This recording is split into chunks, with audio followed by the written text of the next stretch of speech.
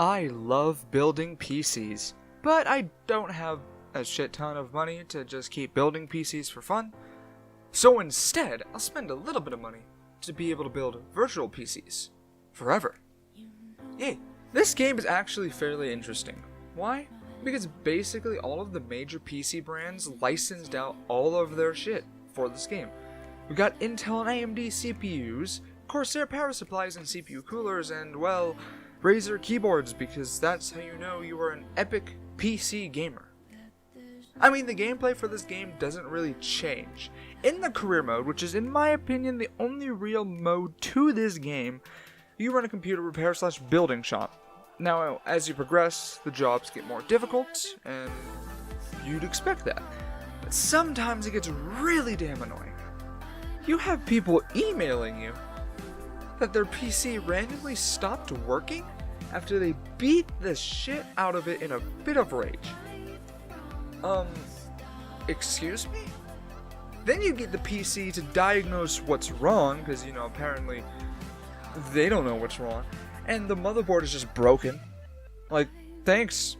Do you know how annoying it is to replace a motherboard? And this is like virtual motherboard replacement.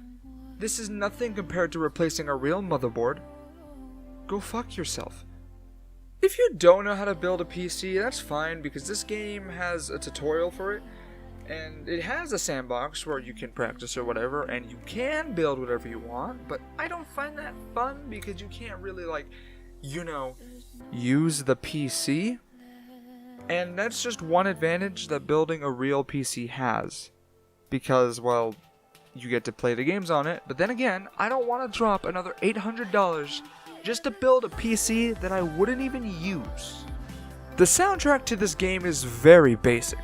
Most of it feels like stock music you'd get from Getty Music, except for this one weird rap song that just describes building the ultimate PC.